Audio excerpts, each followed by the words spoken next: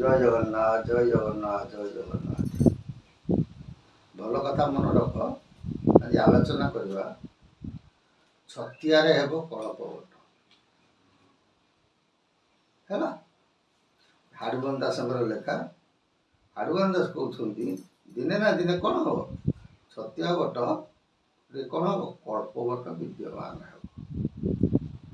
कल्पवट केमती हम पुरी अच्छी कल्पवट कहते छतिया केमती हम कल्पवट ना हम केमी ना ठाकुर जो आसवे से कल्पवट कौ बट महापुरुष लिखिं एक बट चारि नाम होइब पुरुषोत्तम ए क्षेत्र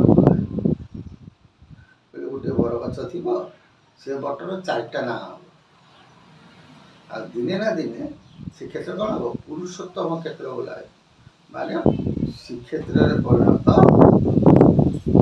ठाकुर केवे आसवे महापुरुष बाणी हिसाब से 56 अंक जो कौन हम बड़ देवड़े पानी पशिब ठाकुर से समय कौन है छतिया को आगमन करेंगे बोली आम कहूँ शास्त्र जहाँ महापुरुष परिणत बा प्रमाण दिए ये कथा कहीं महापुरुष हाड़ुगन दास दिनकर घटना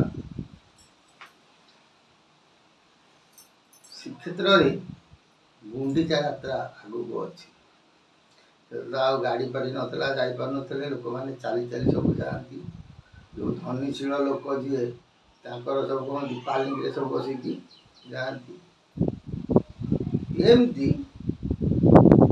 हाड़ुगन दास माँ कहले हाड़िया पूरी जावाक मोर मन हो।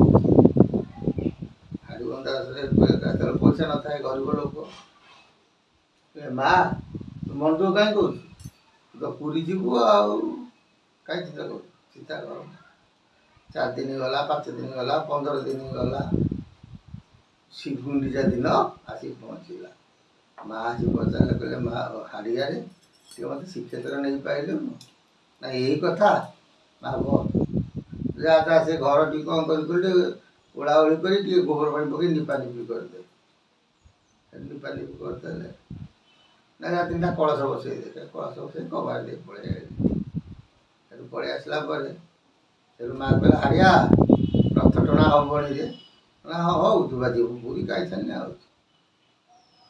ना आउ कौन पूरी मुझे जापारि आज गुंडीचा एत बेल है पूरी कर ना हाँ माँ गलु से घट कबाट खोल दू खाली आम टिके टिके कहूँ माँ कबाट खोल दे देखा बेलू कौटी ठाकुर देखुं बड़ दाण्ड देखुं हाँ अबड़ा खाइले ये गोटे जीवन भितर माने माँ को प्रत्यक्ष दर्शन देखले तापर भक्त हाड़िया आउ भगवान के भितर कौन कथोपकथन चलुची देख भक्त आ भगवान कि संपर्क किए कहती हाड़ुगन दास अच्युत अवतार थे आम मतरे हाड़ुगन दास निजे शिशुअनंत थे निजे अच्युत कारण शिशुअंत प्रमाण देते से हाड़ुगन दास जन्म अच्युत प्रमाण देते हाड़ुगन दास जन्म तेणु हरिहर एकत्रित होता क्षेत्र ना है कौन अनंत गोपाल माने हरि हर एक भाव कौन है विद्यमान क्या दिए हाड़ुगन दास हाड़ुगन दास साधारण व्यक्ति विशेष न भक्त तो भक्त परम भक्त थे हाड़ुगन दास जिते कहते गरीब व्यक्ति विशेष जापार पूरी बहुत मन दुख सब भक्त मैंने से बाटे जाऊँ ये देखी मत दिने कौन हो मन आकुल दिया हाड़ुगन दास जगन्नाथ अभिमान कहते ये जगन्नाथ मन रखिता मुझे प्रकृत सत्य मुझे प्रकृत तो भक्त मुझे प्रकृत तो अंशर आविर्भूत तू दिने मो क्षेत्र को आस ये श्रीक्षेत्र परिणत हो ये जो वट वृक्ष अच्छी ये कल्प वट रूप कौन हो पूजा पाइब से दिन चिंता कर जगतवासी हाड़िया कुमार এই କଥା ଉପରେ ମହାପୁରୁଷ କହୁଛନ୍ତି, ଆହେ ପ୍ରଭୁ କଳା ଶ୍ରୀ ମୁଖ, ତୁମ୍ଭ ରଥଯାତ୍ରା ଦେଖି ନ ପାରିଲି, ଦେବାରୁ ଦାରୁଣ ଦୁଃଖ। ହେ ଜଗତର ନାଥ ଜଗନ୍ନାଥ, ହେ ଚିନ୍ମୟ ସଚିଦାନନ୍ଦ ଶରଣ ଶରଣ ରକ୍ଷଣ ମହାବାହୁ, ମତେ ଏତେ ଦୁଃଖ ଦେଲ, ମୁଁ ତୁମ ରଥଯାତ୍ରା ଟିକେ ଦେଖିପାରିଲି ନାହିଁ। କେତେ କେତେ ମହାଭକତ ମାନଙ୍କୁ କଢ଼ାଇ ନେଉଛ ପଥ, ମୋତେ ଏତେବେଳେ ଏହା କରାଇଲ ଦେଖିବାକୁ ଅସମର୍ଥ। ହେ ପ୍ରଭୁ, ମୁଁ ଏ ହାଡ଼ିଆ ଏଇଠି ବଇଛି, କେତେ କେତେ ଭକ୍ତ ଆଜି କ'ଣ ଅଛନ୍ତି, ପୁରୀ ଯାଉଛନ୍ତି, କିନ୍ତୁ ମୋତେ ଏତେବେଳେ ଏକା କରାଇଲ। ମୋ ପାଖେ କେହି ନାହାନ୍ତି, ଧନ ନାହିଁ, କି ବଳ ନାହିଁ, କି ଶକ୍ତି ନାହିଁ। ତୁମର ରଥଯାତ୍ରା ଟିକେ ଦେଖିପାରିଲା ନାହିଁ ଏ ହାଡ଼ିଆ ପାମର, ଇଏ କ'ଣ ହେଇଛି, ଆଜି ଅସମର୍ଥ ହେଇକି ପଡ଼ିଛି। ଯେବେ ନିକଟକୁ ନନେଲ ଗୋସାଇଁ, ମନେ କେଉଁ କଥା ପାଞ୍ଚ, ଏଇଠାରେ ତୁମ ରଥ ମୁଁ କରିବି, ଆସିବ ନା ତୁମ୍ଭେ ଘୁଞ୍ଚ।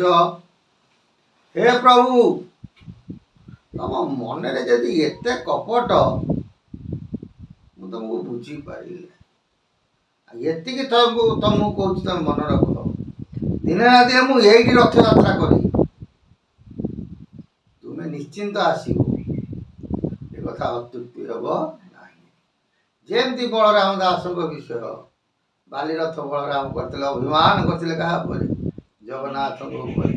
ଜଗନ୍ନାଥ କ'ଣ ହେଲେ, ବାଲିରଥକୁ ପଳେଇଥିଲେ। ସେମିତି ହାଡ଼ିବନ୍ଧା ଆଜି ଅଭିମାନ କରିଛନ୍ତି କାହା ଉପରେ, ଠାକୁରଙ୍କ ଉପରେ।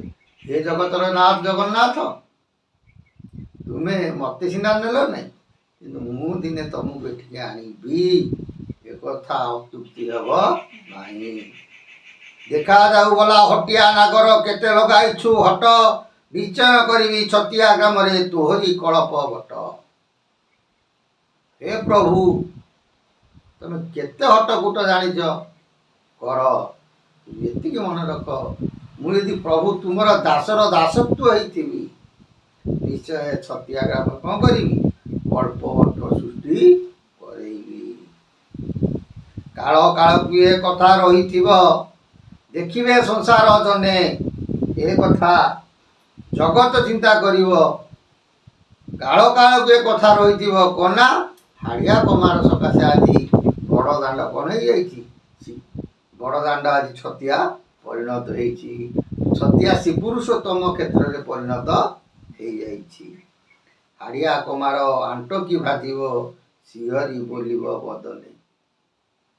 ହେ ପ୍ରଭୁ, ଏ ହାଡ଼ିଆ କମାର ଆଣ୍ଟ କେବେ ହେଲେ ତମେ ଭାଙ୍ଗି ପାରିବ ନାହିଁ। ଏତିକି ମନେ ରଖ, ଦିନେ ନା ଦିନେ ଛତିଆରେ ମୁଁ କଳ୍ପ ବଟ କରେଇବି। ଏତିକି ମନେ ରଖ, ତମକୁ କହୁଛୁ। ଭବିଷ୍ୟତ ମାଳିକା କେବେ ଅସତ୍ୟ ନୁହେଁ। ପ୍ରଭୁଙ୍କର ଲୀଳା ନିଶ୍ଚିନ୍ତ ପରିପ୍ରକାଶ ହେବ, ଏବଂ କେଉଁ ଭାବରେ ପରିପ୍ରକାଶ ହେବ, ସେ ପ୍ରଭୁ ହିଁ ଆଣିଥିବେ। ହେଲା, ଜୟ ଜଗନ୍ନାଥ। ସେ ପ୍ରଭୁଙ୍କ ସଦିଚ୍ଛା ପୂର୍ଣ୍ଣ ହଉ। ବୋଲ ଆନନ୍ଦେ କବା ହରି।